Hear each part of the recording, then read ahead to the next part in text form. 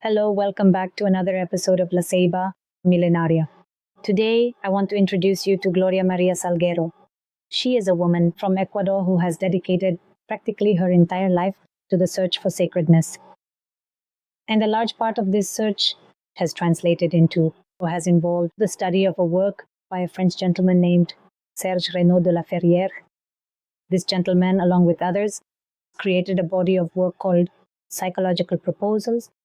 Among other books, specifically Psychological Proposals is a book that consists of 36 parts or chapters that serve as a kind of guide for those who are seeking a spiritual path, based on the understanding of how the manifestation of sacredness is occurring in different parts of the world, in different traditions, and with different elements, even scientific ones, to be able to understand in a comprehensive and broad way the subject of spirituality. But to understand this work, it is necessary, or to study this work, it is necessary to have spiritual guidance, because it is a complex work that is not only built to provide information, but to somehow touch our spirit. So guidance is necessary from someone who has already previously traveled these paths.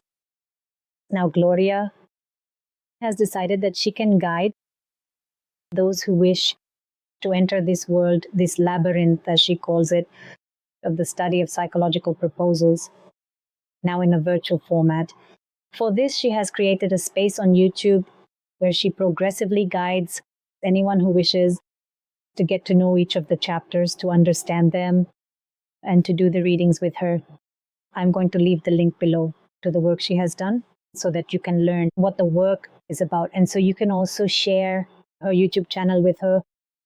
And much of the work she has done throughout her life has been a silent and solitary work. So thank you, Gloria. Thank you for all the work you've done. And now I have the pleasant task of sharing an interview with you that we conducted for this program, La Ceiba. Thank you very much. Hi, Gloria. Welcome to La Ceiba.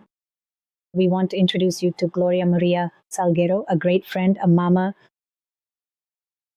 whom we love dearly and who has dedicated practically her life to the subject of sacredness.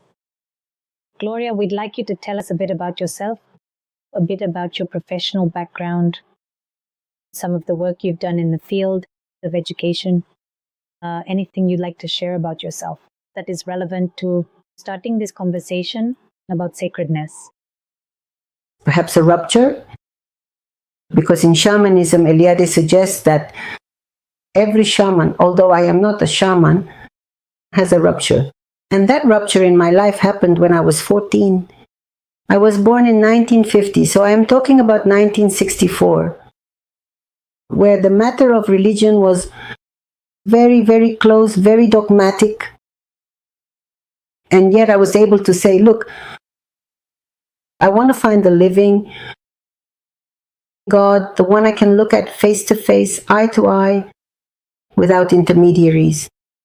Throughout these years, and after the journey lived, I can say that that was my rupture. And that what I have been is faithful to that rupture.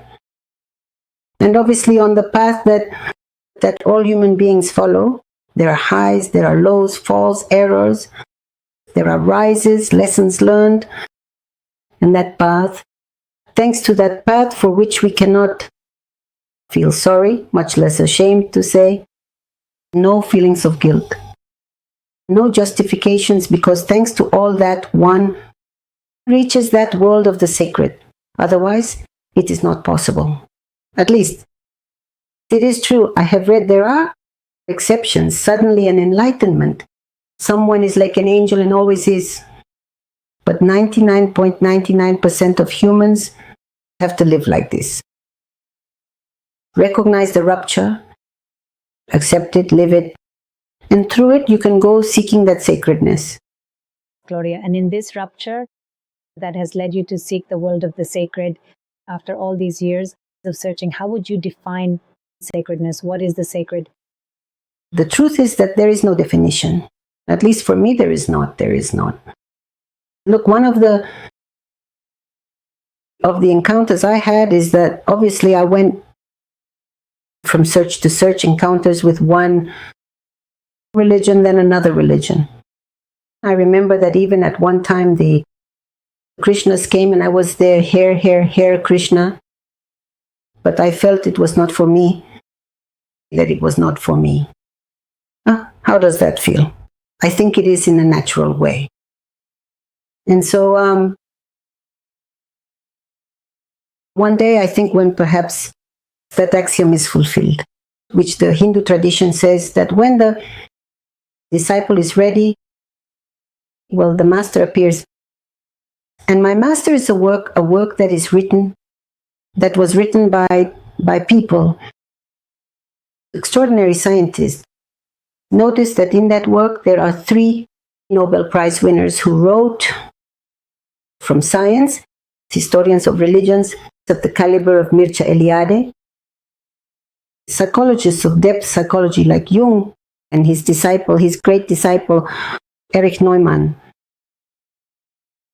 I could cite many names that built that work, which is what has shaped my path. There are no intermediaries. There are no personalizations of anything. The ring that fit my finger, let's say, right? I think, and one day I thought a few years ago that I had managed to know all the traditions, because that's the wonder of this work. The fact that it's considered that the knowledge that sometimes one believes is exclusive to a time or a culture or a tradition actually belongs to humanity. All traditions have a common base, and the work makes one go through all traditions, all of them, absolutely all. But one day I questioned myself, because I learned to ask myself. I learned not to betray those questions, but to honor, investigate, know, and above all, realize. Because the first verb that work uses is to realize, that is, to live it, to experience it. Only then does that knowledge not become something abstract, but it is life itself, existence itself, with which one carves out that transmutation. But one day I did ask myself, well, I've seen the sacred in the East and the West, but I was born in these equinoctial lands, and I live in these equinoctial lands, and I love these equinoctial lands. Therefore, how did the sacred manifest in me? And that allowed me to go through an initiation that a Taita, he was called Segundo Morales, and he was the governor of the Yumbada of Cotocolao.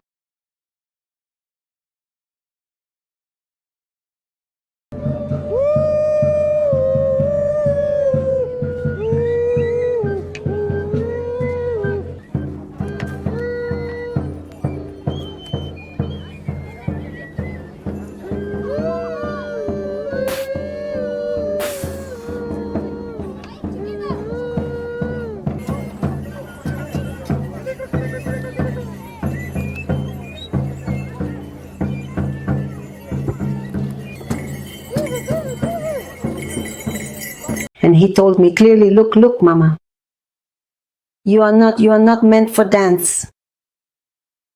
You are meant for the path of the mountains. And he gave me that initiation. And the wonder was that there were no books, that there was nothing in writing, but walking through the mountains, learning through what he was saying.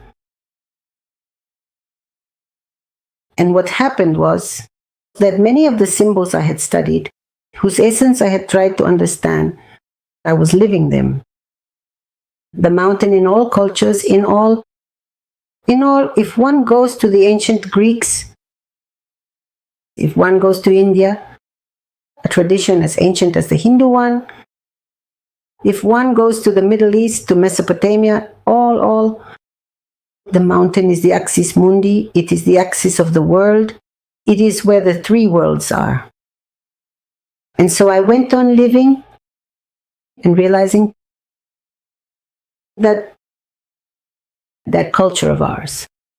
I don't say it's everything, because Ecuador has still traditions of which we have, I think, of some barely any news.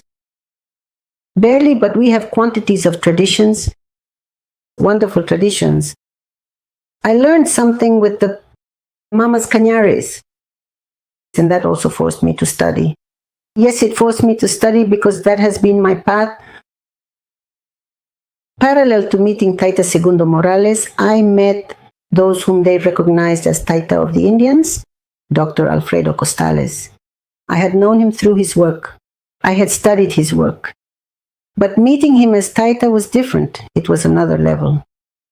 And he passed on in a direct way many legends of the Andes. And those legends had to do with us, with our mountains, with the origins of some of our peoples, with the myths. So the language of the myths that I often, I hadn't had the chance to look at them except through the myths of East and West. Suddenly they were there, and they spoke to me of the same thing. And then I understood what was said in this work, in this great work called Psychological Purposes, which recognizes that all of humanity has had the opportunity to ask and to search for the sacred in all times well.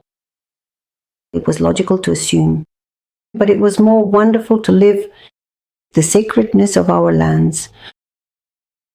And thanks to that possibility, I was able to travel the path of the mountains, live those three worlds that in Quechua are called Ukupacha, Peipacha, Hananpacha, to be able to know that there are other senses that is beyond the organs that we have, the organ of vision through the eyes, of smell, of touch, all this that allows us to live in this world and realize this world. There was another possibility I had read in books.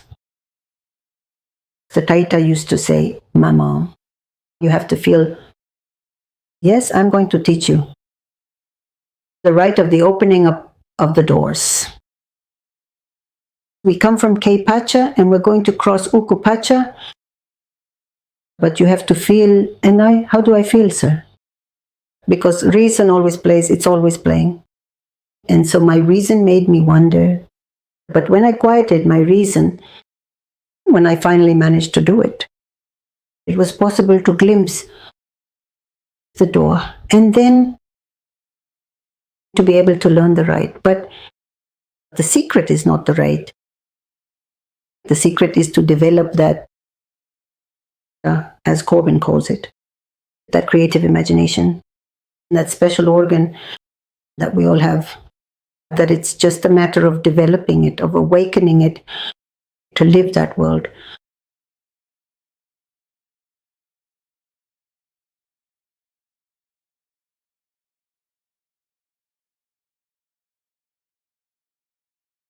I had learned to have dreams. All traditions speak of dreams. But Taita Segundo taught me something that for me was fundamental and has guided me until now.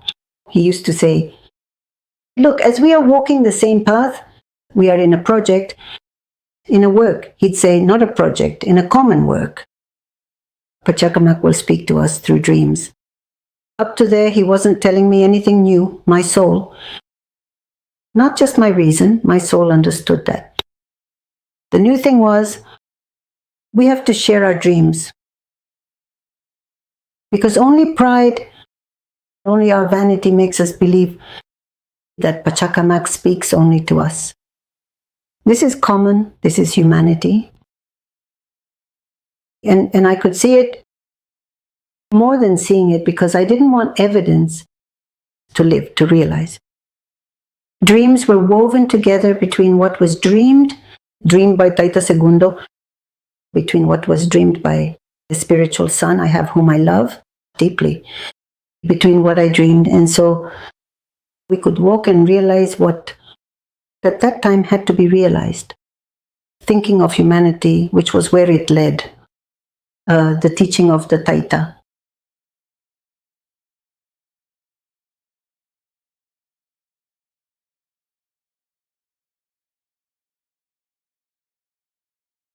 How do you think this other part can be developed? This organ, connecting with other worlds, with the other forms of existence?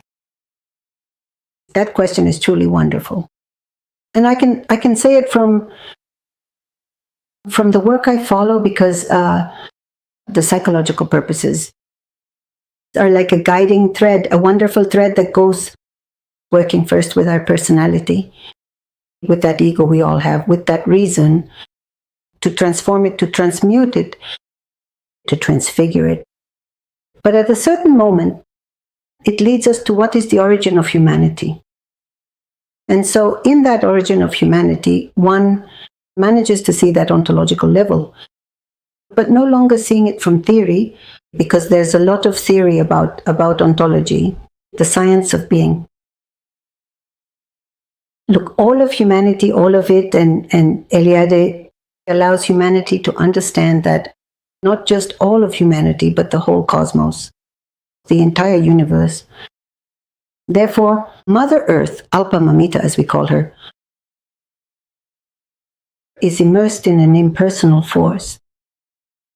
To manage to grasp what an impersonal force is as a concept, no, it's not possible. It's not possible. It envelops everything. An analogy is made that perhaps for many people is better known. The Hindu tradition speaks of prana as that energy that surrounds everything. And so you see that, well, this being an impersonal force, we should also understand that the way of perceiving it, since we are already shaped by thousands of years of evolution, since for us it's already impossible to return to the origin physically,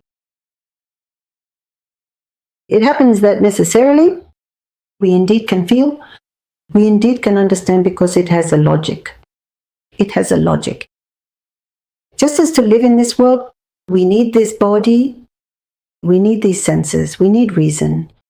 It would be absurd for us to look down on everything we have. It is our structure.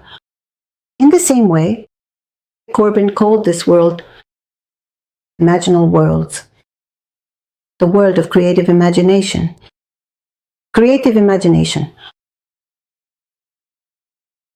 And that world needs an organ. It needs, just as this material world needs everything that we have in our body, the imaginal worlds also need an organ. And it sounds logical. It doesn't break with a logic, even with linear logic. And so that possibility of that organ that can see that other reality, which is not the same reality as this material world, but which is interconnected. It's not that it's separate. It's not that up to here is the material world, and here is the world of creative imagination. That doesn't exist. That is only a linear reading. But it happens that that interconnection helps us. And probably one of the key elements is that first we have to break with the self, with that egoic part, with all those limitations that we have, with that dark side that we all have, so that instead of having feelings of guilt or justifications, we can transcend it. We can find that effectively we are something more. And we are something more as humanity. And then return to the origin. Returning to the origin is achieving an awakening, because it's not about conquering. It's not that it's outside of us, that organ of creative imagination, which, as I say, that's what Corbin called it. But rather it is asleep.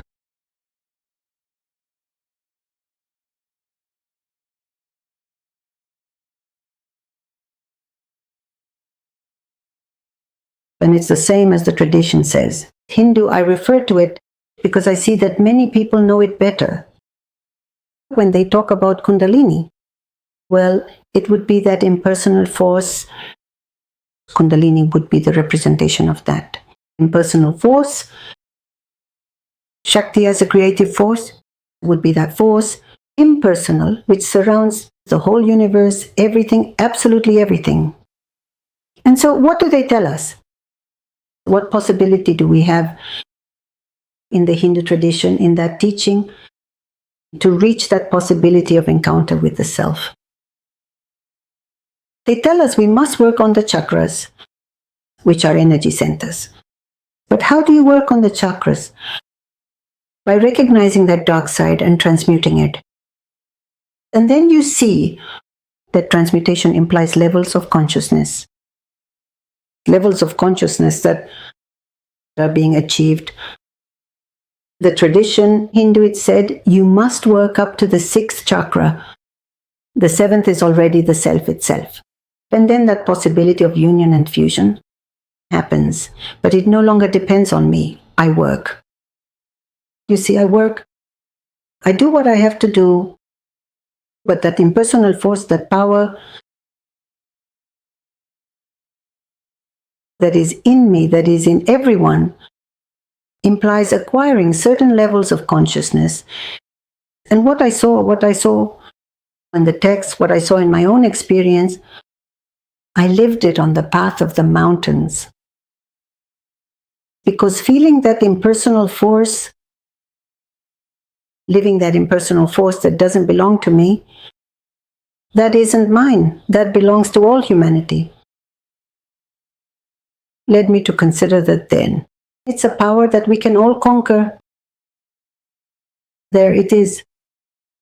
And there I understood that healing force that our mamas and our taitas practice. There I understood that to the extent that there is also an ethical element in the handling of that impersonal force, because it is neither good nor bad. It can be used either for good or for evil.